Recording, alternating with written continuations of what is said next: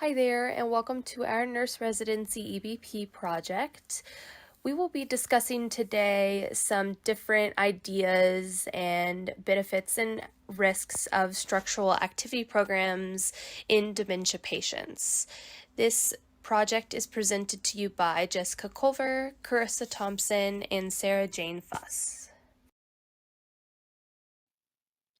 Our PICO question states, in hospitalized dementia patients, would implementing a structured activity program compared to no structured activity program, would it decrease negative patient behaviors or could it improve patient and family satisfaction?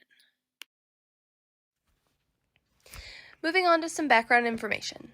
Dementia symptoms can look very different in each case-by-case basis, ranging anywhere from aggression, agitation, all the way to anxiety. Behavioral symptoms are some of the most distressing and disabling consequences of dementia. It is one of the main reasons why me and my group decided to do more research on this topic. It is a very prominent population that we see on our floor, and aggression and agitation is something we see quite often, and our main priority is to keep our patients as well as our staff safe, and we're always striving to find more non-pharmacological measures to help de-escalate dementia patients, but also to help them get closer to their baseline with their memory or with their behavioral symptoms, and essentially just to get them ready for recovery and get them out of the hospital as quickly as possible so they can start that recovery process. Some other symptoms you could see in a dementia patient would be memory issues, short-term memory loss, confusion, orientation issues, hallucinations, visual, auditory, anxiety, paranoia, them being in a new place, in a new room, new environment. Everything is confusing to them and it could be overwhelming at times.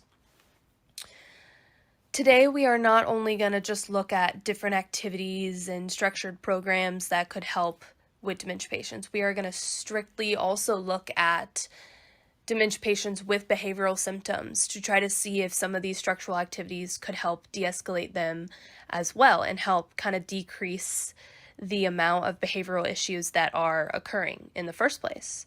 We're also going to look at some technological advances that maybe are going to help with dementia patients as well and could help in the future.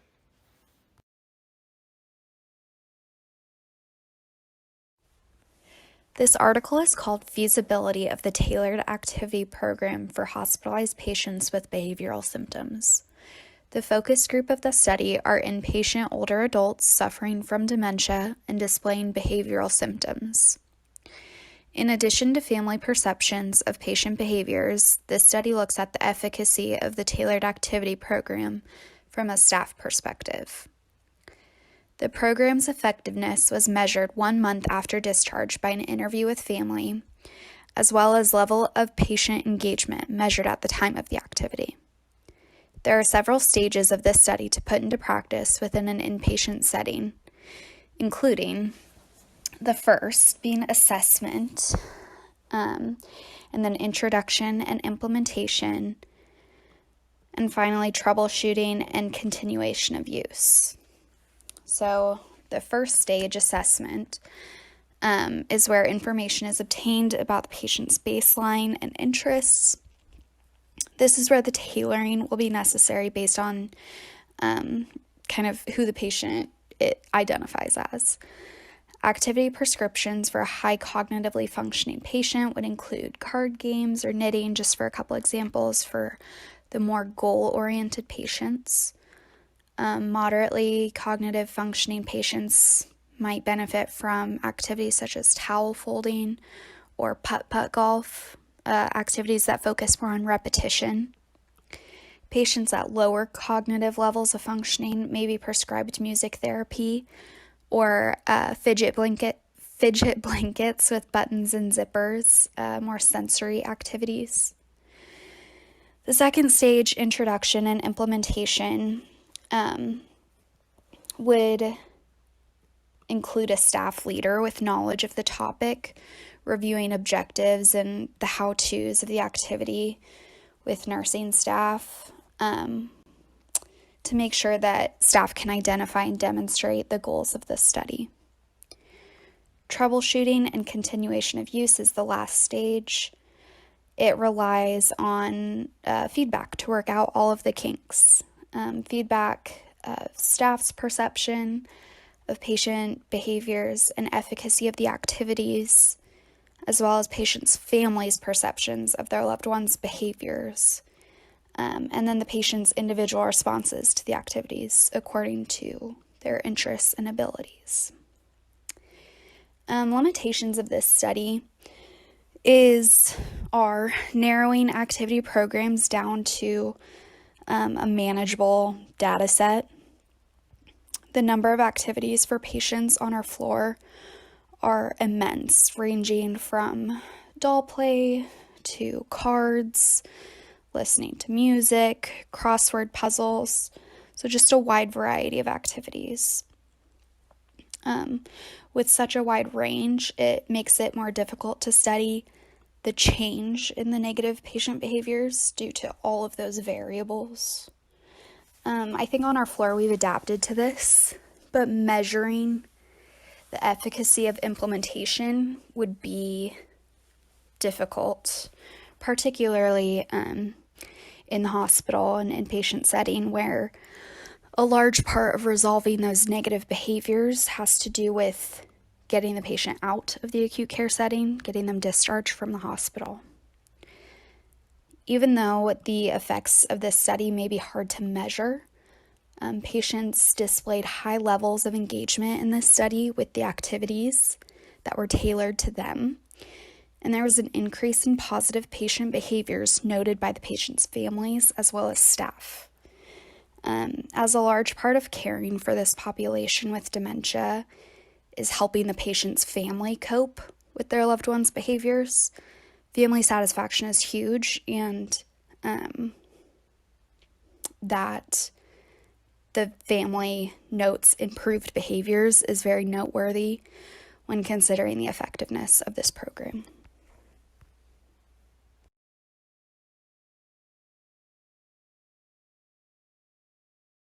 Moving on to our second article, which is called Effects of the Tailored Activity Program, or TAP, on Dementia-Related Symptoms. While it does sound very similar to the article that Sarah Jane just discussed, it has some key differences. It is looking at the overall symptoms of dementia, not just behavioral symptoms. It is a more current article based in October of this year, and it also looks at the outpatient setting. However, I think there is some aspects that we could tweak to better incorporate in the hospital setting. The test itself is trying to test if the TAP program is going to reduce clinical symptoms, health-related events such as hospitalizations, falls, harmful incidences, looking to see if it improves caregiver and patient well-being, and if TAP activities are overall tolerated well.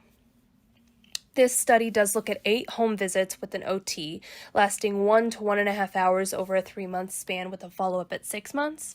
I feel it could be incorporated in the hospital by introducing at the admission part of their hospital stay. They could start with the assessment tool and starting to introduce the idea of the program, and then start the learning process with either the caregiver or the family member, and then help document in the electronic medical records to hold each healthcare professional responsible of carrying out the program later on after the hospital stay. The control group within this study is different from the actual TAP programs group because it does not include an extensive assessment process for each dementia patient. They only do a very vague overview assessment, and then they start with the implementation. The caregivers also are not receiving any type of dementia education or stress-reducing techniques, which is very important when a dementia patient would have a behavioral episode and would need proper de-escalation or proper therapeutic communication. Talking about the first bullet point here, this particular article helps us look deeper in dementia patients and how best to facilitate not just distraction but an actual cognitive improving process.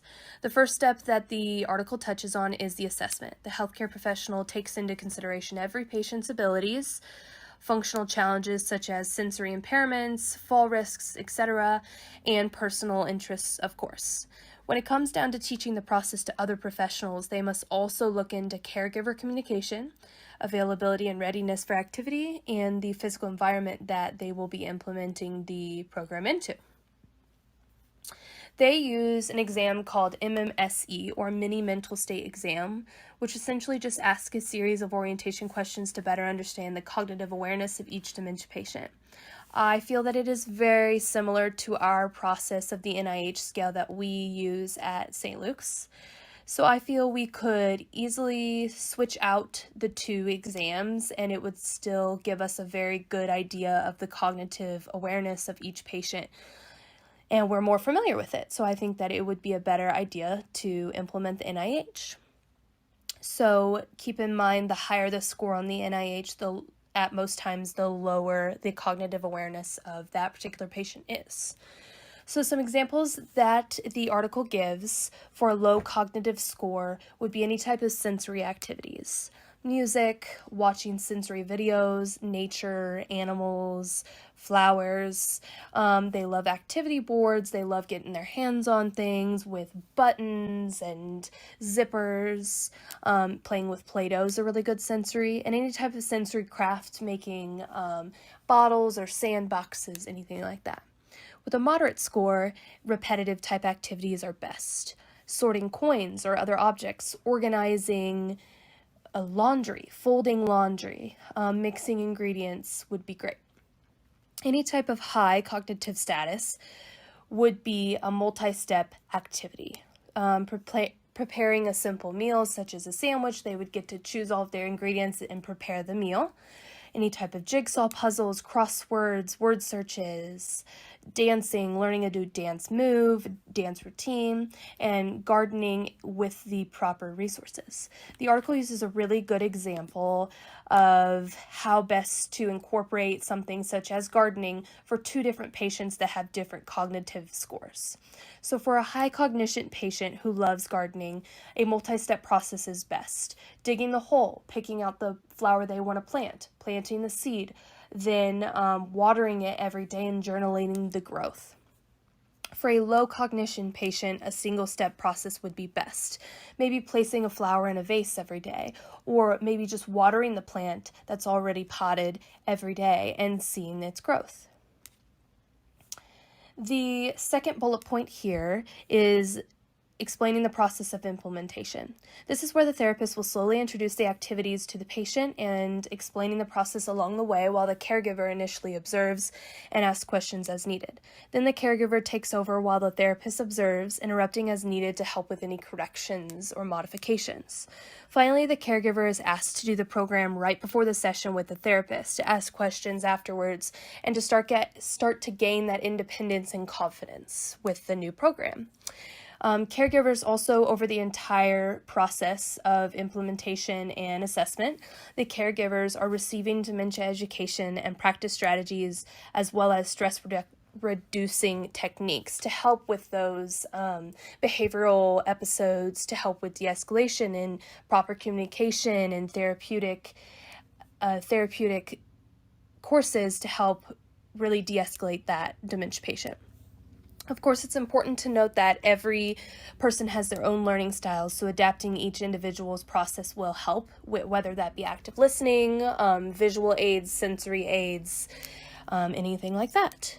So then we'll talk about the results here quickly. So at 3 months of the program being implemented into the dementia patients' lives, it did not benefit with agitation or aggression, but it did result in less assistance with ADLs, improved caregiver well-being as well as patient care well-being, and an increase in confidence using the activities from the caregiver as well as the patient. At 6 months, the results really are looking at health-related events.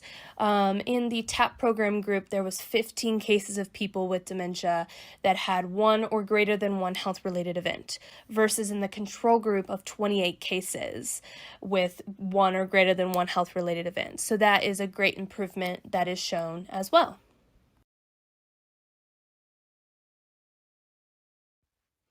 The next article that we used is called The Utilization of Robotic Pets in Dementia Care. This study was published in 2017, so it is fairly new. The level of evidence is a B, and the purpose of this study was to show how robotic pets affect dementia-related symptoms in patients, and if the robotic pet can be used in place of live therapy animals, such as dogs or cats, since some patients are worried of the animals hurting them. In this particular study, the robotic pet used was called the PARO, or PARO. It stands for Personal Robot. It is an FDA-approved biofeedback robot, so it is able to imitate animal characteristics, respond to light, sound, touch, posture, and temperature. And it even has the capability to form its own personality. When researching the animal, in the bottom right, you can see there's a picture. The only animal that I was able to find was a seal. It does come in a few colors, tan, gray, and white. It is about 2 feet long and it is a foot wide. So it's a decent size, but as you can see, it's able to fit in the patient's lap, so the patient is able to hold it. This study was a randomized study. It used 7 different measuring tools to show comparison between the control and experimental group. These were pulse rate, pulse oximetry, rating for anxiety and dementia, also known as RAID, Cornell scale for depression, galvanic skin response, and global deterioration scale. RAID, CSDD, GDS were recorded at the start of the study, while GSR, pulse oximetry, pulse rate were recorded before and after each session. So this study consisted of 61 patients. The patients had to be 65 or older, and 23% of this group were males and 77% were females. They had to have mild to moderate dementia according to the Diagnostic and Statistic Manual, or DSM, and individuals with other psychiatric diagnoses like bipolar disorder or schizophrenia were excluded. This group of 61 patients was then randomly split into a control and experimental group. And these 2 large groups were then further split into 5 subgroups. So the difference between the control and the experimental group: the control group received 20 minutes of one of the following activities: music, mental stimulation, such as doing a puzzle, or physical activity. The experimental group received 20 minutes of time with the PARO robot. Both groups met 3 times a week for 3 months. The results after 3 months showed the experimental group had improvements in pulse ox, pulse rate, and GSR compared to the control group throughout the study, and that pain medications and psychoactive medications decreased. However, doctors were reluctant to remove those medications from the patient's list, but they were reduced throughout the study. In conclusion, this study showed that the PARO decreased anxiety in a lot of the dementia patients, and that after a few sessions, the patients were warmed up to the robot and really interacting with it. This could be beneficial at St. Luke's to help decrease agitation in patients as well as promote distraction. And in this study, the facility nurses and staff were trained how to use the robot. Therefore, the staff at St. Luke's would have to be trained and or volunteers would have to be trained.